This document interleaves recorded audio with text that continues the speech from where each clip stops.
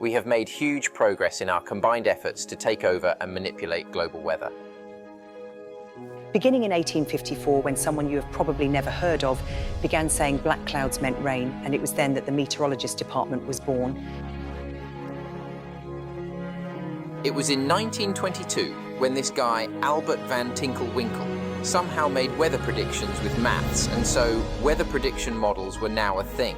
It was then in 1924, Liam Stoneley's grandmother climbed on the roof and released a high-altitude balloon to see what shape Earth was.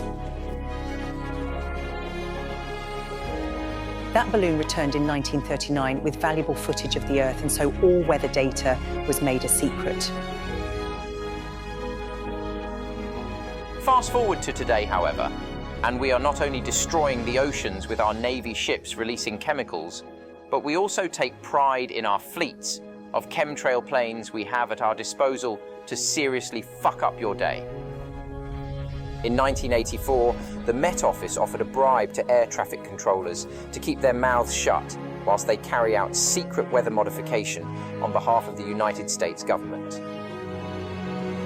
It was then in 1960, a piece of tinfoil was launched on a balloon and the people were told it was in space.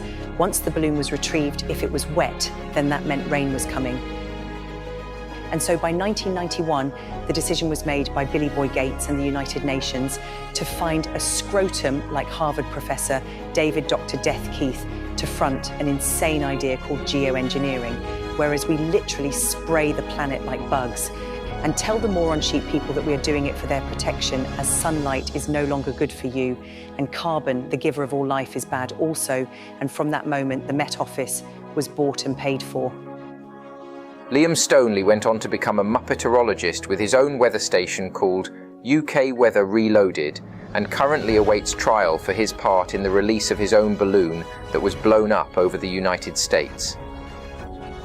It began as one man in his bedroom and then began to expand into a business.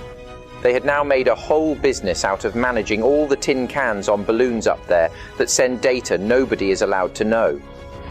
Then we rang a load of our mates from school, whose faces you will more than likely recognize, and asked them if they want a job reporting the weather, like this sellout twat that I'm sure you know, or this cheesy prick.